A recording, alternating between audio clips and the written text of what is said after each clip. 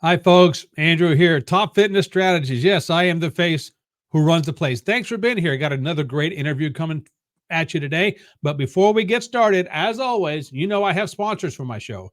And the sponsors are stuff that I've done. I have books that I've written, programs that I have, and things of that sort. Today, we have the ebook Fitness 101. And what that basically is, I do a weekly newspaper column for a local newspaper, and it's not online, so you can't find this stuff online. I ask or answer questions in a way that me and Top Fitness Strategies, which is me, do about basic fitness questions, about especially over the fitness over 50 crowd. So check it out. It's an ebook form. It's a whole bunch of stuff. I call it Fitness 101. So go to topfitnessstrategies.com/fit101. I'll link to it in the description. All right. Today we have something pretty cool coming at you. And I tell you what, I will bring my guest on right now.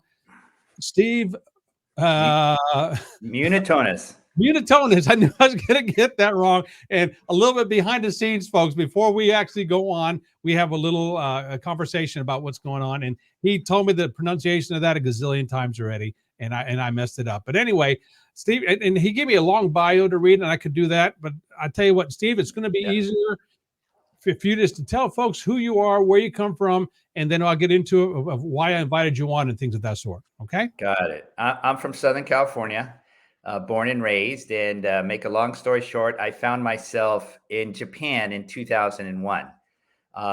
Prior to that, I lived in Japan for many years, so I speak, read, and write Japanese. And I met a doctor, Dr. Yoshiaki Sato, who came up with this modality that we now know as KAATSU. And I was absolutely smitten with what he did. I used my career as a former water polo player and swimmer and adapted what he provided to me. And when I first met, I said, Dr. Sato, this modality needs to get outside of Japan. And he says, yes, it absolutely does. You're the first American. You're the first person that I met overseas who are interested. I will teach you how to do this. And here we are today. Wow, fantastic. And that's called a KAATSU? Correct. KAATSU. And, So go ahead. you might have heard of, and some of your listeners may have heard of the type of massage called shiatsu. Shi means hand in Japanese. Atsu means pressure. KAATSU, K-A, that means additional. Atsu means pressure. So this is a modality that adds pressure to your body, and it does very profound things physiologically. Okay. All right. So right away, when you say adds pressure, what goes in my mind is, and I don't know if it's ancient Japanese, Chinese, Oriental, whatever, but different pressure points along your body. In other words, I had an aunt a long time ago when I was a little boy. She was able just to touch my wrist at a certain spot, and she's the only one that's been able to do it. And literally, just with her two fingers, index finger and her thumb, touch my wrist, and it would literally put me on the ground because it was so painful. And she said that's just a thing I learned when I was a little kid. Now, this had to be in the early 1900s for her, because that's how long ago it was and how old she was. She said she learned it from somebody, and I don't know who. So that's what I think about when you talk about pressure points. Is this the same thing? Or not pressure. You say pressure, I'm talking pressure points. It is related. So what we're doing is we're adding pressure in 2 points in the body, the upper arm and upper leg. And I can explain more as you go, as we proceed. Okay. And as I do a little bit of research on KAATSU, what little the research I did about KAATSU, excuse me, it talks about blood flow restriction. Okay. And one of the things that I've seen in different, I guess, workout gurus, to say the least, is the more and more evident of somebody like tying, I call them big rubber bands around their different parts of their arms and their wrists and their legs. Is that what it's all about? Or obviously there's a lot more to it, but is that like a basic form of it? That is the bastardized version of what we do. So the Japanese version of this is I actually have a band on my arm here, and it is an inflatable band. It's rather narrow. And what happens is, and I have it only on one arm for demonstration purposes. When you have it on one arm versus the other, what happens, and I don't know if you can see, but the coloration between one hand and the other is different. So Yes. this is my normal, or sorry, this is my normal color, and this is my KAATSU color. I did it opposite, but you can see with the band on, what's happening is not blood flow restriction. It's blood flow optimization. What that means is with the band on, and it's pulsating at that time, what it's doing is it's shoving blood into the very small capillaries throughout your arm, or if you have them on your leg, your leg. When that happens, your actual muscle fibers, your arms, your veins, etc., you can see on either side the difference between the KAATSU arm and the non-KAATSU arm. You can see the veins being distended versus the other. And so my body, my vasculature, my musculature actually thinks at this point in time, my arm with the band on is working out. I'm sitting here, I'm talking to you, but on a cellular level, my arm with the band on is working out because I'm not restricting blood flow. I'm actually engorging blood in the limb. And that is the difference between blood flow restriction, or BFR, which restricts blood flow, versus KAATSU, which actually enables the blood flow to go into the arm or leg, engorges the tissue, and that actually makes exercise either have a way you're doing it either easier or harder. And we can explain how you can affect change in both directions. Yeah, yeah. And for those who are listening on the podcast, obviously it's not visual. When Stephen is raising his hand and showing me the front side of his hand, not the palm side, but the other side of there's two hands, one with the blood flow restrict, with the KAATSU, I guess apparatus, or what do you call Yeah. it? We call them air bands. Air Okay, bands. and you see veins are popping out on the arm with the air band, and not with the other one. So it's very, very prominent, the difference in the two. So, Yeah. and that's just by standing still. He's not even exercising. So, Correct. the way I'm understanding this, and talk to me like I'm a third grader, because people in my audience will tell you that he doesn't get it half the time. You got to explain to him at a lower level. So, since you're restricting the blood flow to that particular, in this instance, to the particular limb, is that your right arm, your left arm? I don't know. Yeah, it's my left arm on this side. Yes. So that is fooling your body into thinking that you're using that muscle and therefore wanting to put more blood into it. Is that what it's doing?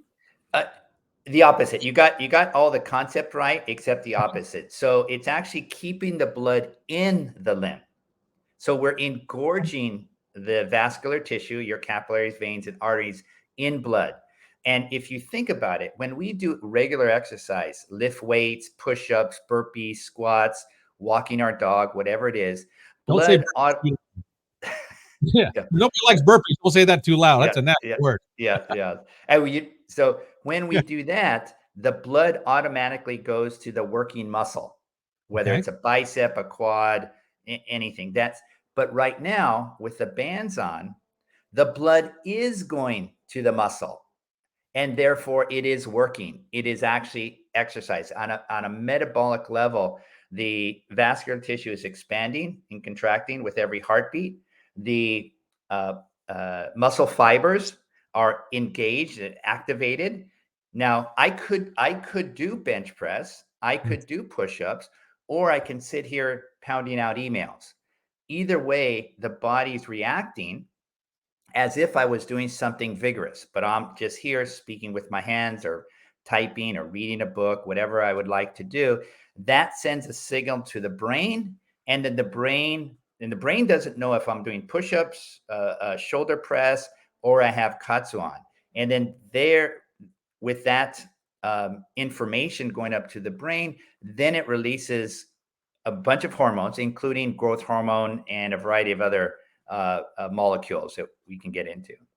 Okay. All right. So let me back up a second here, because this is so fascinating to me. I do a workout. It's based on yoga. It's called DDPY, and my followers know this. It's Diamond Dallas Page, former pro wrestler, developed a different style of yoga. It's all his own style, and I'm a huge believer in it, and I love this practice. But one of the key to it is something called dynamic resistance, where basically and this is the way I'd explain it. You're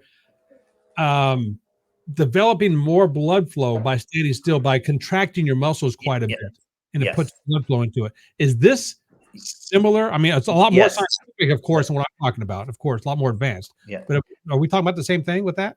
Absolutely, absolutely. So right, what he's doing there is actually creating the blood flow through different movements or non-moves, isometric pulls, pushes, Yes. whatever he's doing. That is actually making the muscle. We think, often we think if we go to the gym, oh, he's working out. When you actually see vigorous movement of the limbs, Hmm. but there are many other ways to engorge the limb in blood and also activate the muscle fibers, as your colleague does there, or as Dr. Sato invented with KAATSU. Okay. It serves the same purpose, just you're going through different roads to get there. Right. And because what I've learned throughout the years now, because when we're younger, and I can't speak for you, but you're a heck of a better athlete than I ever was.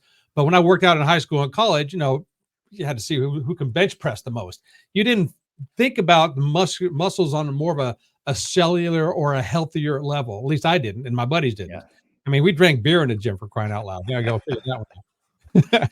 And now, if I did that, I'd go home and go to sleep. Right? I wouldn't go out and party afterwards. Yeah. Yeah. But what I found out later on in life is muscles in your body don't know whether they're um, picking up a weight or not in the form of blood flow to that. So if Yeah. you tighten it or restrict it or contract it without any weight, you're going to have blood flow going to it. Is that correct? Absolutely. Yes, absolutely. And actually, the best form of KAATSU is actually that combination. So if I have the bands on, and if there's a bobsledder, a track and field athlete, a basketball player, a bodybuilder, etc., and they want to gain muscle, the absolute best way to do so is actually put the bands on and then just do isometric holds or isometric pulls. That is the best way, not lifting a weight. It's actually, when you do that, the percentage of muscle fibers that you're activating is higher. Okay. So somebody, and I know I'm limiting my audience on this one. So let's say somebody wants to show off their body on stage, and I say it that way because the way I do my training and the people that I uh, teach or I speak to are the ones who do not want to show off their body on stage. They just want to look better, feel better, gain some confidence. But as we all know, there's a lot of people who are great at showing off their body on stage, and there's nothing wrong with that. Please don't get me wrong. But not everybody, that's not their goal. But if somebody were to do that, in other words, a bodybuilder, a figure competitor, or somebody that wants to take off their clothes and show off their body, basically, is this a good technique for them to use to do something like that? Oh, absolutely. And I'll give you a real world practical examples. Okay. We have about a little over 80 universities. So we're 80 universities, athletic departments use KAATSU. Believe me, that the college boys love putting on these bands before they go on a date. Absolutely. Absolutely. We did that Ab- back in the gym beforehand. Oh yeah. yes. It Older people, most of our users, about a little over 70% of our users, are people between the age of 50 and 75. A lot of Wow. those people, very similar to the younger crowd, will go on a date in their later years. It could be with their wife, it could be with a future partner, it could be with, the first time you met somebody. We have numerous people who do very gentle KAATSU because one of the molecules that is given off, as we know, after we exercise are beta endorphins, testosterone, adrenaline. And these are the kind of things that we want flowing through our body, if not necessarily going on stage. But if you're going on a date, you are actually on a one-on-one stage with someone that you want to impress. We have it with people who give a TED talk, who give a corporate speech, who have to get in front of people at work, in their offices, whatever. And they're doing KAATSU before they have to make a presentation to their colleagues, to their teammates, etc. So you're absolutely right in when we engorge the limb in blood, then we stimulate a hormonal response. It actually makes us glow, literally, because the blood goes to, the surface capillaries. It makes us feel better with beta endorphins, adrenaline, testosterone. We feel more powerful. We feel more confident. And a lot of people use KAATSU in this manner. Oh, interesting. Now you brought up something a second ago that was going to be my next question anyway. The age limit, because right away when I start thinking about developing muscles and you want to show off and things of that sort, at least for me, I think of the younger guys because that's how I used to be. Especially when you say they like to do this before they go on dates. Oh yeah, that's how we were. We would a bunch of us guys. We'd meet at the gym to get pumped up before we went out. That was in our early 20s. Now, it's old guys like us. I don't think so. But my my question is, is I don't want to phrase this. Us older guys. Yes. How old can you be? How Essentially. old can you be? But and you said the older people benefit the most from this. Or maybe you didn't say it like that, but you said most of your clientele are between 50 and 70. That's Right. what. Okay. So our oldest user worldwide is 104. Our Holy. oldest user in the United States is 98. We have several dozens of people in their 90s, and it's not necessarily, or it isn't, to show off their bodies. What it is simply regular, everyday quality of life issues. Can they walk up 3 flights of stairs? Can they open up a jar of mayonnaise? Can they lift a heavy grocery bags? Can they do they have enough fast twitch muscle fiber so when they're driving and someone cuts them off, they're not driving off the road? So all of these practical things, you need both slow twitch and fast twitch muscles. And we've proven scientifically that we can gain muscle on people as old as 104 years old. Okay. So right away when you say that, my thing goes back to um, what people refer to as muscle memory.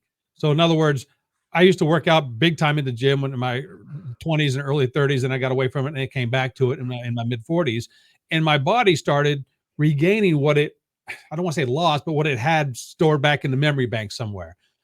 And now with this technique, you can do it without the aid of lifting heavy weights all the time, from what I'm Correct. understanding. Yeah. So So go somebody ahead. never worked out before, and Yes. so they don't have that muscle memory. Would this be able to develop new muscle within them? If that makes sense, how I'm asking this? Correct. So most of our users are not the former. We've got former athletes who were fit, Mhm. got, middle age happened, kids happened, work happened, life happened, and then you got back into it. We have a percentage of people who do that. Most of our users are the opposite. People who the last time they did physical activity was maybe junior high school PE class, maybe a high school walk around the track because they had some high school requirement. They've gone on in life 20s, 30s, 40s, 50s, 60s, 70s, and now their body is frail. So for Mhm. those people, KAATSU is ideal. Why? Because we're not asking those people to use dumbbells, barbells, or anything. Those people can gain weight very, very gradually without any harm to their ligaments or tendons or muscles, again, because they're frail, and we're doing it very, very gently. The most amount of weight they would actually carry would be a bottle of water. Okay. That is it. And so a lot of our beginner, when I say beginner, people who have not done exercises, not for decades, many decades. Okay. And so just walking up 2 flights of stairs, a flight of stairs, they get winded. They have to hold the handrail. They can't, let alone touch their toes. They can barely touch their knees with Mhm. straight legs. Carrying a gallon of milk is out of the question. Hand grip is very poor. They have neuropathy. So for those people, this is a very gentle, proven safe, gradual, incremental increase. And I told you about the 104-year-old woman. We Mhm. increased her her leg mass by 22% over 6 months. Now you say, okay, she's 104, she's frail, but actually, up until that time, most most of the medical community thought building muscle on a 104-year-old would be impossible, Right. physiologically impossible. Now we didn't build that 22% in 2 weeks. That would have been absolutely impossible. What we did was we took her, and she was bedridden. She was a woman who was bedridden. We actually got her first to be able to sit up, then to bend her legs, then to extend her legs, put her arms above her shoulders, and really gradually, day by day, enable her then to, at the end, when we measured her 22%, she was doing, walks in the rehabilitation center with ankle weights, something that was unfathomable to her, 6 months prior. So with KAATSU, we want to be gentle, we want to be gradual, progressive, and allow the person to gain muscle that is appropriate to them. Okay. Which was going into this. I just wrote this down as well. The gaining muscles. What if somebody like myself at this age, I don't want to get big. I mean, I'm big enough as it is, in my opinion. I just want to slim down. And it's funny hearing a personal trainer say they wants to slim down. I'm not a typical personal trainer. Anybody that follows me will tell you that. I don't look like a personal trainer. I don't act like a personal trainer by any stretch of the imagination. I know I need to drop some pounds. I know that. My diet is out of whack. I'd be the first one to tell you that as well. So if somebody, and I only bring this up because you mentioned they see a muscle growth, they see expansion of the muscles. However, you phrase it a couple times. I don't want to gain more muscle. I want to slim down. Can this help out with that as well? Yes. The reason I was mentioning muscle earlier is because, again, our main market, those 50 to 70-year-olds, Mhm. most of those, another 70% of those users are women, and they want to gain muscle. They've got some Yeah, weak, flabby triceps, etc. right. Now we do have overweight individuals, and for those people, we do a different protocol. So if we're going to want to build muscle, we do one protocol. If you want somebody to slim down, whether it's their core, their upper body, lower body, whatever it is, in those cases, we have to use body weight exercises, which the most common is simply walking. Simply walking. So in those cases, we put the bands on the legs and we ask the person not to go for a 10K power walk. We say, do you have a dog? Do you walk your dog? Just walk the pace of your dog with the bands on. If you don't have a dog, walk around your block one time. Next week, try it 2 times, 3 times, etc. So what happens is when the capillaries and veins are engorged in blood, and we have our heartbeat. So dun, dun, dun, dun, dun, dun. Every time the vascular tissue expands, it requires energy. It's a calorie burn. And that's why when we fall asleep, if we take our weight right before we fall asleep and we take it right when we wake up, we've lost a little bit of weight. Our body is actually using energy even while we're sleeping. Now with KAATSU, when we're gorging all the vascular tissue in our legs with blood, and we do something as simple as casual walking, not very far, just as long as you're so motivated, this is actually burning a good amount of calories. And the only thing that we recommend for those people who slim down is 90 minutes after you finish your KAATSU walking, don't eat anything, because your vascular tissue takes some time to go back to normal. So in other words, in those 90 minutes, your vascular tissue is still requiring an increased level, an elevated level of energy. So you're burning more calories. And if you want to slim down, no need to be feeding the body at the point when it's burning a lot of energy. And we picked this up actually through the wrestling community that was using KAATSU to make their weight. And so we've just adapted it for the everyday American who wants to lose a few pounds and tone up a little bit. Wow. Now you mentioned sleeping. Do you, I guess, wear these? And I don't know if you, Uh, the proper, once again, yeah, the proper yeah. terminology, do you wear these? Wait, can you wear these or should you wear these while you're sleeping? No, no. Which for those people who have insomnia issues, or somebody, let's say they traveled to Europe on vacation and they came back, or a business person who went from the West Coast to the East Coast and back and have have jet lag issues. For those people, we have what we want to do with the bands is actually activate our parasympathetic nervous system. We want to calm you down. So when you do get back home or to your hotel, we recommend you put the bands on your arms and simply do easy stretching. So, stretch your deltoids, stretch your triceps, rotate your neck. Just do really simple stuff about a half an hour before your intended sleep time. What this does, it actually enables the vascularity of your upper body and, very importantly, your neck to be very loose and pliable, more elastic, if you will. And that alone enables you to relax. And we want you to go to bed, even if you have fatigue from travel, even if you have insomnia. We want you to be relaxed when your head hits the pillow. We don't want you to be stressed out. Oh, tomorrow I got to get up early. Tomorrow I have a corporate presentation at the company, et cetera, et cetera.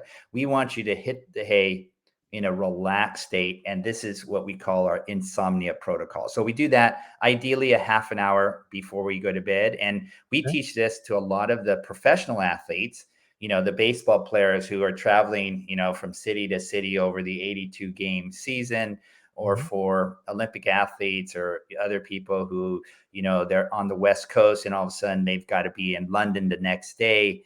They want to get back on their sleep cycle as quickly as possible. So these kind of insomnia protocols have very practical applications for a wide spectrum of people.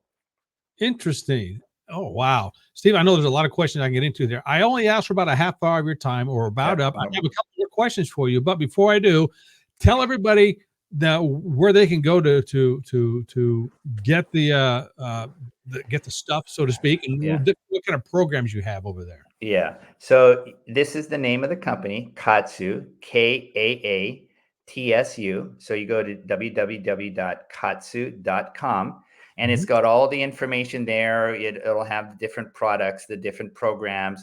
Because this is such a radical new innovation in rehabilitation, athletic performance, insomnia, jet lag mitigation, et cetera. We have a lot of educational programs. We offer webinars. They're all free. We offer magazines that actually go through whether you're a swimmer, rower, whether you're obese, whether you've been out of shape, whether you have a 10K run. We have all these different protocols for every walk of life and all ages. And so just go to KAATSU.com and you'll see the product descriptions there. You'll see the protocols, and we explain everything. It's all backed up by science. We have hundreds of published research in peer review journals. We started this way back in the 90s, and only in 2014 did we release this outside of Japan. So it's all there. Okay, now would you say, and all the links that you mentioned will be in the show notes, folks, so you can always go down there. And if by chance you didn't write them down or whatever, you can always contact me. I can send you to where you need to go, and I can also get you in touch with Steven, so don't worry about that. Make sure you're safe first. If you're watching or listening to this, don't be watching this while you're driving. If you're listening to this while you're driving, make sure all the links will be in the show notes. All right, so is this a substitute for working out? It is working out. It actually is working out. So you can say it's not a substitute. It's another modality, another way to work out. Okay. All right.